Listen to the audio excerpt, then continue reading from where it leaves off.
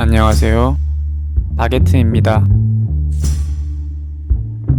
오늘은 전 세계적으로 선풍적인 인기를 끌고 있는 원펀맨 시리즈의 향후 전개에서 원작과는 다른 전개의 방향을 보일 것으로 예상되는 몇몇 시나리오에 대해 한번 예측하고 분석해 보겠습니다. 영상은 작중 현재 연재 중인 시리즈의 행보와 전개를 기반으로 예측 및 분석하면서 진행되며, 이는 주관적인과 동시에 약간의 스포가 포함되어 있다는 점 알려드립니다. 첫 번째는 향후 가로의 행보에 관한 에피소드입니다. 가로, 절대악이 되고 싶었던 존재이자 역대 최강의 빌런이라 평가받는 인물로 무술의 달인이자 신과 계약했던 인간. 본래 그는 사회적 통념과 왜곡된 성향을 가져 삐딱선을 타긴 하였으나 그 실력은 S급 중하위 수준, 강력한 힘과 능력을 가지고 있었던 평범한 인간이었으나, 시리즈가 지속됨에 따라 차원이 다른 강자들과 연신상대하며 자신의 한계를 깨부신 결과 인간으로서의 한계를 돌파해내었고, 급기야는 기존 인간의 모습을 버리고 마치 괴인과도 같은 기괴한 형상의 모습으로 진화하게 되었습니다. 이후 원작과는 다르게 그는 리메이크작에서 또 다른 행보를 보이기도 하였는데, 본래 원작에서의 가로는 인간으로서의 자신의 한계를 돌파해낸 이후 신나게 히어로들을 직접 두드려 패며 자신의 입지를 과시하지만, 이러한 그조차 사이타마에겐 전혀 상대도 되지 않는 모습을 보이며 결국 사이타마의 강함만을 부각시킨 뒤 박살이 나버리는 원작의 전개와는 달리, 리메이크작에서는 사이타마에게 밀리던 가로가 벼랑간 나타난 신과의 계약을 통해 역사상 전례 없는 힘을 가진 빌런인 코스믹 피어 가로로 재각성하는 데 성공. 이내 그 보로스조차 비비지 못했던 사이타마와 어느 정도 호각의 전투를 치러내는 것도 모자라 급기야는 사이타마가 가진 힘의 한계를 또 다시 박살내는 데까지 몰아붙이는, 어쩌면 다신 없을 기염을 토해내기도 하였는데요. 그리고 이후 묘사된 복선 역시 원작과의 전개와 조금은 다르게 흘러갈 것임을 암시하기도 하였는데, 작중 원작에서는 사이타마에게 박살이 난 이후 다시금 인간으로 돌아와 택배에서 알바를 자처하며 조용한 삶을 이어나가는 동시에 이내 새로운 히어로 조직 네오 히어로즈와의 접점이 생기며 괴인 협회 대전 후 어느 정도 시간이 지나서야 다시금 활동을 재개하는 모습을 보이는데요. 하지만 이와 달리 리메이크작에서는 산속 깊은 곳에서 수련 중인 가로가 전후 직후 곧바로 등장. 뒤이어 실버팽과 오붓한 시간을 보내는 데 이어 히어로협회 상부에서 실버팽의 후계자로 그 이름이 등장하는 등 가로우가 실버팽의 후계자, 즉 S급 히어로가 될 것이라는 암시가 등장하기도 하였는데요. 그렇게 될 경우 이 둘이 함께 대연의 보스를 상대할 가능성이 있다고 생각되며, 이는 이미 리메이크가 한 가로우 대전이 굉장히 다른 전개를 보였다는 점에서 이후의 이야기 역시 원작과 다른 내용을 보여줄 가능성이 충분하다고 생각됩니다. 다음은 그분에 대한 에피소드입니다. 그분, 가로우 대전 이후 등장한 닌자마을 편 에피소드의 중심 인물이자 섬광의 플래시와 눈속에 손익이 자란 최악의 범죄 집단을 창시한 창시자. 또한 그는 암사롭게의 정점이자 뒷세계의 지배자로 불리던 인물로도 소개되는데, 그는 자신이 키워낸 닌자마을의 닌자 전원이부터도 대련조차 되지 않을 정도로 강력하며 또 환상적인 강도의 인수를 0.2초마다 4-5발을 사용하는데, 이러한 그의 목숨을 잃은 사람의 숫자만 숫자 6자리 정도라고 하는데요. 하지만 이러한 그 역시 우주의 힘을 다루는 S급 1위 블레스트에게는 미치지 못한 듯 접전 끝에 그에게 패배하여 치명상을 입은 채 약 15년간 회복 캡슐에서 그 몸을 회복하는 것에만 집중했다는 과거 이야기가 등장하기도 하였습니다. 이후 원작 시리즈에서 질풍의 윈드에 의해 그 이름이 다시금 언급되기 시작.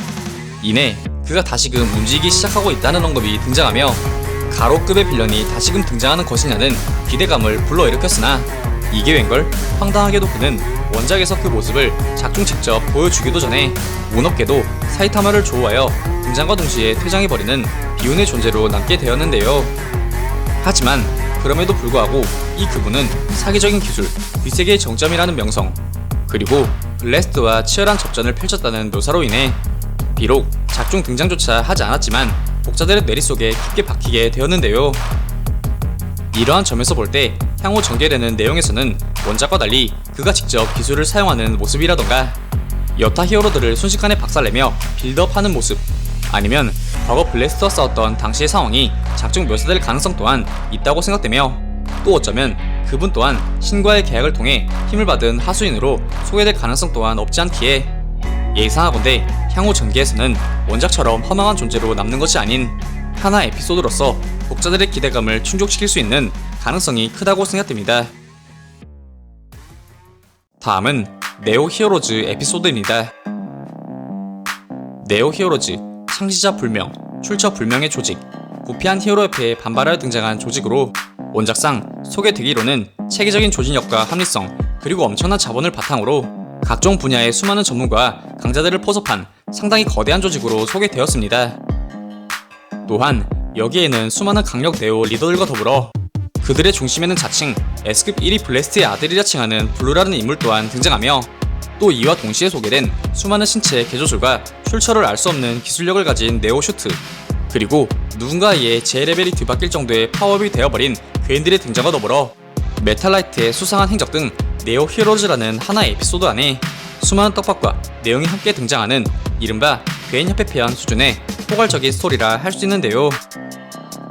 하지만 이 역시 거듭된 수정본이 등장하고 있는 리메이크의 특성과 더불어 원작과 달라진 전개의 방향으로 인해 이 또한 이야기 자체가 바뀔 것으로 예상되는데, 기존 원작상 철저하게 베일에 감춰져 그 실존 여부 자체에 의문까지 들게 만들었던 블래스트가 괴인협회 대전에서 그 모습을 드러낸과 동시에 그 정보까지 어느 정도 공개됨에 따라 이후 등장할 것으로 보여지는 네오 히어로즈 에피소드 내 중심 인물 블루의 설정, 즉 블래스트의 신비로움을 기반으로 설정된 캐릭터 자체가 과연 그의 아들이라는 똑같은 설정으로 리메이크작에서는 같은 역할을 수행할까? 라는 의문을 가져볼 수 있는데요. 또 원작 내 등장했던 수많은 네오 리더들과 더불어 네오 히어로즈 내에서 비밀리에 진행되고 있던 여러가지 실험과 사건을 모두 약 8년 동안 진행되었던 개인협회 에피소드, 그리고 지금껏 열심히 떡밥을 던진 신이라는 막판 보스와 전혀 연관성이 없을 뿐더러 이는 메탈라이트의 흑화를 포함한 수많은 소 에피소드들을 전부 포괄하고 있기에 네오 히어로즈 에피소드 하나 완결되는데 적어도 개인협회 에피소드 수준의 분량, 아니면 그 이상을 보일 것으로 예상되기에 이 역시 분량을 줄이던가 아니면 현재 떡밥의 전개 방향에 맞춰 어느 정도 수정되어 등장할 것으로 예상됩니다. 다음은 아마이 마스크 에피소드입니다. 아마이 마스크, 상당히 빼어난 외모로서 세계적인 슈퍼스타로 활동하고 있으나 그 실상은 A급 1위 히어로, 아니 그 이상의 힘을 가진 손꼽히는 강자이자 정의라는 명목으로 상당히 냉철하고 무자비한 면모를 보인 인물로서 묘사됩니다. 또한 그는 자신의 수려한 외모 뒤에 존재하는 엄청난 비밀 또한 가지고 있는데, 그는 사실 인간의 형상을 유지할 수 있는 괴인이며 이러한 사실은 원작에서 하나의 에피소드로서 다뤄지기도 하였는데요. 이를 간략하게 알아보자면 원작상 가로 대전 이후 사이타마의 강함을 알아본 아마이 마스크가 사이타마에게 의도적으로 접근, 이후 숨기고 싶었던 자신의 과거, 즉 지금의 몸을 갖게 된 배경부터 시작해서 현재에 이르기까지 자신이 경험하고 느낀 것들을 공유하며 그와 거리를 좁히는데, 사실 그는 사이타마의 초월적 강함을 이용해서 진정한 히어로상을 대중들에게 알린과 동시에 또 다른 그만의 정의 집행을 구현하기 위한 꼬드김이었는데요. 하지만 그는 오히려 사이타마에게 설고를 듣고 자신의 생각을 되짚어보게 됩니다. 이후 관심을 먹고 자라는 제레벨 용 수준의 초강력 괴인을 조우하게 된 아마이 마스크는 이내 자신의 힘이 괴인에게 미치지 못하자 자신의 미래 활동과 시민들의 안위 중에 고민하다 자기 자신을 어떻게 보느냐가 가장 중요하다 라는 사이타마의 조언을 떠올리며 괴인화를 선택, 이후 괴인을 멋지게 제압해내는데 성공하는 모습을 보이지만 곧이어 그가 우려한 대로 자신의 본 모습, 즉 괴인의 모습이 만천하에 알려지게 되었고, 사람들 또한 은혜를 잊은 채 혐오스러운 태도로 그를 거칠게 몰아붙이기 시작하는데요. 그렇게 자신의 모든 것을 버린 채 시민들을 선택한 아마이 마스크가 아이러니하게도 시민들에 의해 마녀 사냥을 당하던 그 순간 사이타마가 그 앞으로 등장, 이내 그에게 멋있다고 이야기하며 위로하는 동시에 새롭게 출발해보자 이야기하였고, 이내 그를 어디론가 데려가며 해당 에피소드가 막을 내리게 되는데요. 하지만 이 전개는 원작상 괴인협회 대전 당시 사이타마가 가로를 박살내는 모습을 아마이 마스크가 직접 직관하여 그의 강함을 실제로 알고 있었기 때문에 가능했던 시나리오이지, 리메이크상의 아마이 마스크는 가로의 등장과 동시에 가로가 내뿜는 우주 방사선으로 인해 곧바로 리타이어, 이후 시간을 되돌려 가로를 박살내버린 사이타마를 보고 블래스트가 우리들을 도와준 것이 아니냐는 역대급 헛다리를 보여주며 이 시나리오 자체가 등장하지 않을 수도 있다는 가능성을 심어주었는데요. 혹 원작과 비슷한 느낌의 시나리오 전개가 이어진다고 해도 이는 아마이 마스크가 사이타마의 강함을 인지할 정도의 어떠한 이벤트가 수반되어야 하기에, 만약 사이타마가 아마이 마스크 앞에서 그 그 힘을 각인시킬 수준의 이벤트를 보여준다면 원작의 방향을 견제하되 조금은 다른 전개를 보여줄 가능성도 커 보인다고 생각됩니다. 마지막은 초능력 자매 에피소드입니다. 타츠마키와 후부키, 원포맨 시리즈를 대표하는 염동력자이자 초능력 기반의 히어로들로 그들은 실제 서로 피를 나눈 자매지간인데, 특히 그중 타츠마키는 사이타마 블레스트를 제외한 모든 히어로들이 동시에 덤벼도 승리를 장담할 수 있을 정도의 엄청난 염동력 출력을 가지고 있는 그야말로 초강력 히어로 그 자체라고 할 수 있습니다. 하지만 언니가 S급 2위 히어로인데 반해 후부키는 그에 한참 못 미치는 B급 1위 히어로.